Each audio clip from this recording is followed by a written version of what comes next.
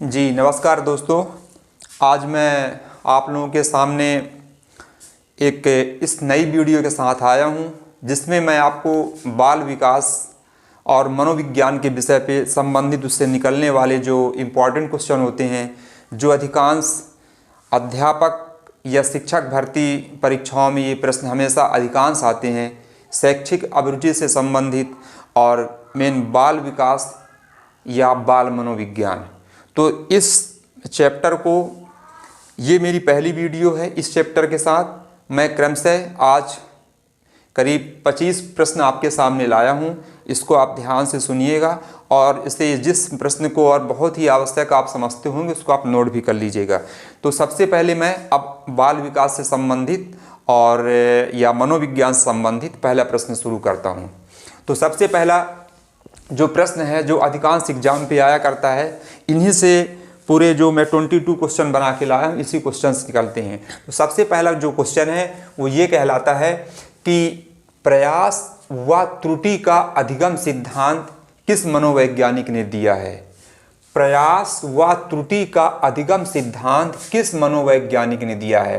तो इसका आंसर होगा थॉर्नडाइक ने। दूसरा प्रश्न है कि सामान्य बुद्धि के बालक प्रायः कितने समय में बोलना सीख जाता है? सामान्य बुद्धि का जो एक बालक होता है, बच्चा होता है, किस अवस्था में, ये कितने समय में वह बोलना सीख जाता है? इसका उत्तर होगा 11 माह में। 11 माह में एक जो सामान्य बुद्धि का बच्चा है वो लगभग बोलना सीख जाता है। तीसरा प्रश्न है कि बहुबुद्धि सिद्धांत किसके द्वारा दिया गया था? इसका उत्तर होगा गार्डनर के द्वारा। बहुबुद्धि का सिद्धांत किसके द्वारा दिया गया था? तो इसका आंसर होगा गार्डनर के द्वारा। अगला प्रश्न है, चौथा प्रश्न है, संचय व संग्रह करने की प्रवृत्ति बालक को किस अवस्था में ज़्यादा होती है? ये प्रवृत्ति, क्योंकि जो छोटे बच्चे होते हैं उनमें किसी भी वस्तु को, खेलने वाली वस्तुओं को या अनेक प्रकार की ऐसी जो उनको बहुत पसंद होती हैं, तो उनमें संग्रह और संचय करने की प्रवृत्ति पाई जाती है, इकट्ठा करने की प्रवृत्ति पाई जाती है। तो वो बालक की दूसरी अवस्था कहलाती है, जिसको कहते हैं बाल्यावस्था। जो बाल्यावस्था 5 वर्ष के बाद और 12 वर्ष तक चलती है, यानी 6 वर्ष से और 12 वर्ष के बीच की जो अवस्था कहलाती है, बालक की बाल्यावस्था कहलाती है। इसके बाद 5वां जो प्रश्न बनता है वो है, खेल की आयु कहलाती है या बच्चे की खेल की आयु कौन सी अवस्था कहलाती है? इसका उत्तर होगा बाल्यावस्था। बाल्यावस्था जो ऐसी अवस्था जो 6 से 12 वर्ष के बीच में होती है, उसमें बच्चे की खेल में सबसे ज़्यादा प्रवृत्ति पाई जाती है। यहाँ तक कि वो अपने माँ बाप को छोड़ करके अपने दोस्तों को या खेल को खेलना पसंद करते हैं।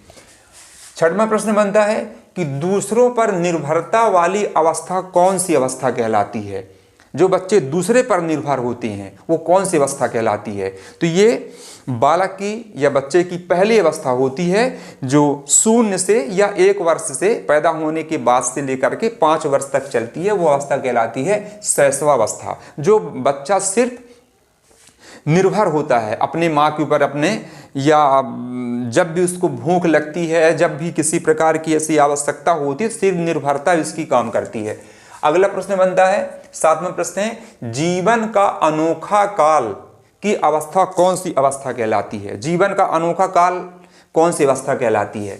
तो इसका उत्तर होगा बाल्यावस्था। ये अनोखा काल, बहुत प्रायः एग्जाम पे ये प्रश्न आया करता है कि जीवन का अनोखा काल कौन सी अवस्था कहलाती है? इसका आंसर होगा बाल्यावस्था। अगला प्रश्न बनता है कि सीखने का अनोखा काल की कौन सी अवस्था होती है? बच्चे की कौन सी अवस्था सीखने का अनोखा काल की अवस्था कहलाती है? तो ये इसका उत्तर होगा शैशवावस्था। इसमें अंतर ध्यान में रखिएगा। जीवन का अनोखा काल की अवस्था कौन सी कहलाती है? तो वो कहलाएगा बाल्यावस्था। लेकिन सीखने की अनोखा काल की अवस्था कहलाती है, वो कहलाती है शैशवावस्था। अगला जो प्रश्न है, समूह या गिरोह बनाने की प्रवृत्ति कौन सी अवस्था में पाई जाती हैं? बच्चे प्राय उसमें समूह बनाते हैं, गिरोह बनाते हैं, एक झुंड में रहना पसंद करते हैं और खेलना पसंद करते हैं, सब साथ साथ अपने संग अपने मित्रों के साथ रहना पसंद करते हैं, समूह बनाने की प्रवृत्ति पाई जाती है, तो वो अवस्था कहलाती है बाल्यावस्था। अगला प्रश्न है, किशोरावस्था जीवन का सबसे कठिन काल होता है। ये किसका ये कथन है? सबसे इंपॉर्टेंट क्वेश्चन है, बहुत इंपॉर्टेंट। ये अधिकांश जो टीचर्स भर्ती वगैरह या शिक्षक भर्ती वगैरह होती है उसमें जरूर ऐसे प्रश्न आते हैं कि किशोरावस्था जीवन का सबसे कठिन काल होता है। ये किसने कहा है? किलपैट्रिक, बहुत बड़ा मनोवैज्ञानिक कहलाता है किलपैट्रिक। अगला प्रश्न है कि किशोरावस्था संघर्ष, तनाव, तूफान व विरोध की अवस्था कहलाती है। जो किशोरावस्था होती है, जो तीसरी अवस्था होती है, बच्चे की जो तीसरी अवस्था होती है 12 वर्ष के बाद 18 वर्ष तक होती है, वो अवस्था है। तो किशोरावस्था संघर्ष, तनाव, तूफान और विरोध की अवस्था कहलाती है। किसने कहा है? इसका आंसर होगा स्टैनले हल ने कहा है कि बच्चा इस अवस्था में प्रायः तनाव से ग्रसित होता है, बड़ा उसके मन में तूफान पैदा होता है, विरोध की प्रवृत्ति पैदा होती है, संघर्ष की स्थिति पैदा होती है। ये होता है बच्चे की तीसरी अवस्था में। इसका जो कथन है वो है स्टैनले हल का है। अगला प्रश्न बनता है कि आधुनिक मनोविज्ञान के जनक कौन हैं? इसका आंसर है विलियम जेम्स। आधुनिक मनोविज्ञान के जनक कहलाते हैं विलियम जेम्स।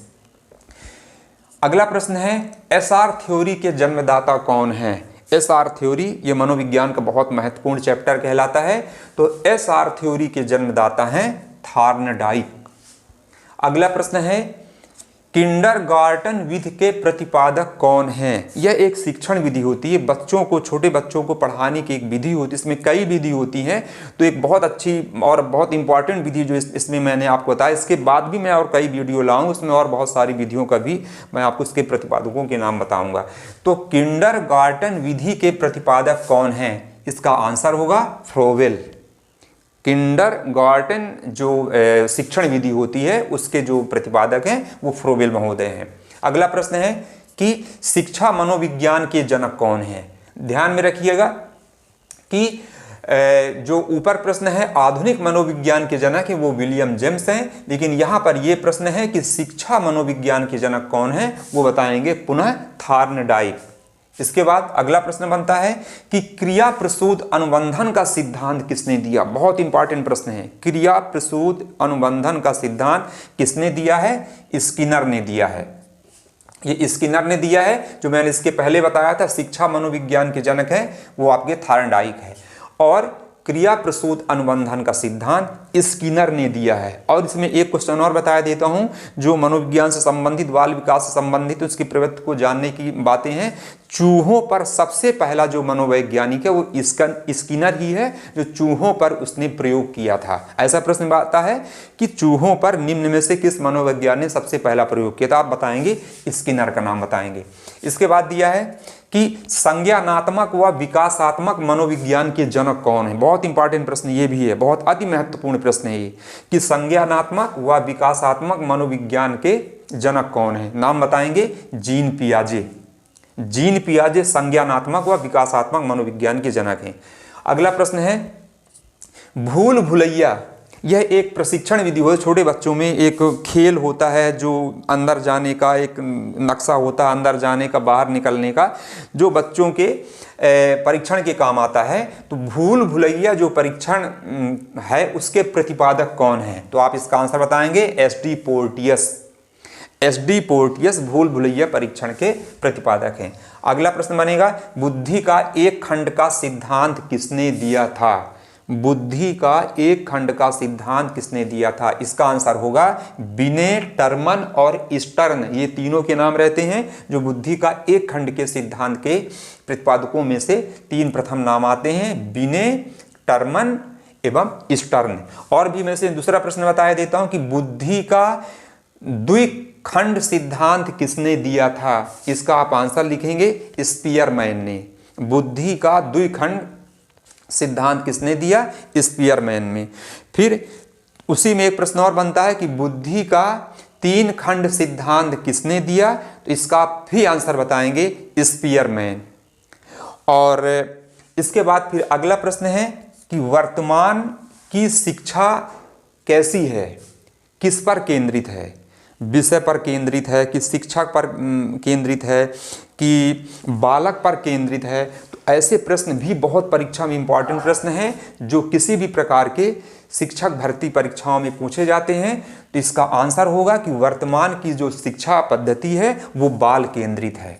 जितने प्रकार की भी जो सिलेबस होता है और जो पाठ्यक्रम होता है, जो भी किसी भी बातों को जो प्रधानता होती है वो बाल केंद्रित पढ़ाई इसमें होती है, यानी प्रधानता बालक की होती है। बालक के मन को, बालक के मानसिक विकास को देख करके ही सिलेबस का निर्माण किया जाता है, यानी वर्तमान की पढ़ाई ये बाल केंद्रित होती है। अगला प्रश्न है कि मनोविज्ञान व्यवहार व अनुभव का विज्ञान है। इंपॉर्टेंट क्वेश्चन है। मनोविज्ञान व्यवहार व अनुभव का विज्ञान है, ये किसने कहा है? स्किनर ने कहा है। इसने चूहों पर अपना प्रयोग किया था। अगला प्रश्न फिर बनता है कि मनोविज्ञान आचरण एवं व्यवहार का विज्ञान है, इसको कहा था मैकडूगल ने। देखिए दोनों प्रश्न बहुत सेम मिलते जुलते हैं, लेकिन अंतर है। ऐसे प्रश्न बहुत एग्जाम पे आते हैं। तो पहला जो बनेगा मनोविज्ञान व्यवहार व अनुभव का विज्ञान है, इसके जन्मदाता आपके स्किनर हैं। लेकिन मनोविज्ञान आचरण एवं व्यवहार का विज्ञान है, सिर्फ वहाँ पर उसमें अनुभव है और उसमें आचरण है। तो आचरण एवं व्यवहार का विज्ञान है वो मैकडूगल ने कहा है। तो इस प्रकार से मैं आपको 22 और 20 में से 3 प्रश्न और निकाले कि 25 प्रश्न मैंने आपको बताए हैं। इस वीडियो को आप कई बार देखिएगा और ये आपके प्रश्न रट जाएंगे। बहुत ही इंपॉर्टेंट, बहुत ही अति महत्वपूर्ण प्रश्न माने जाते हैं। मैंने अब इस बाल विकास से संबंधित या मनोविज्ञान से संबंधित ये पहली वीडियो मैंने बनाई है जो आपके सामने मैं लाया हूँ। ये 25 क्वेश्चन जो 22 इसमें दिया, 3 मैंने और भी बताया उसमें से, तो 25 क्वेश्चन हो गए। इसको आप बार बार देखेंगे तो ऑलरेडी जितने सिद्धांत हैं और जितने इसके आंसर हैं वो आपसे बनने लगेंगे। तो इस वीडियो को आप जरूर देखिएगा और उसको लाइक करिएगा और अपने वीडियो मेरी कैसी लगी उसको आप कमेंट्स करके बताइएगा और सब्सक्राइब भी करिएगा और शेयर भी करिएगा। अगली पुनः मैं फिर 25 क्वेश्चन के साथ में आपके सामने आया हूँ। तब तक के लिए जी धन्यवाद।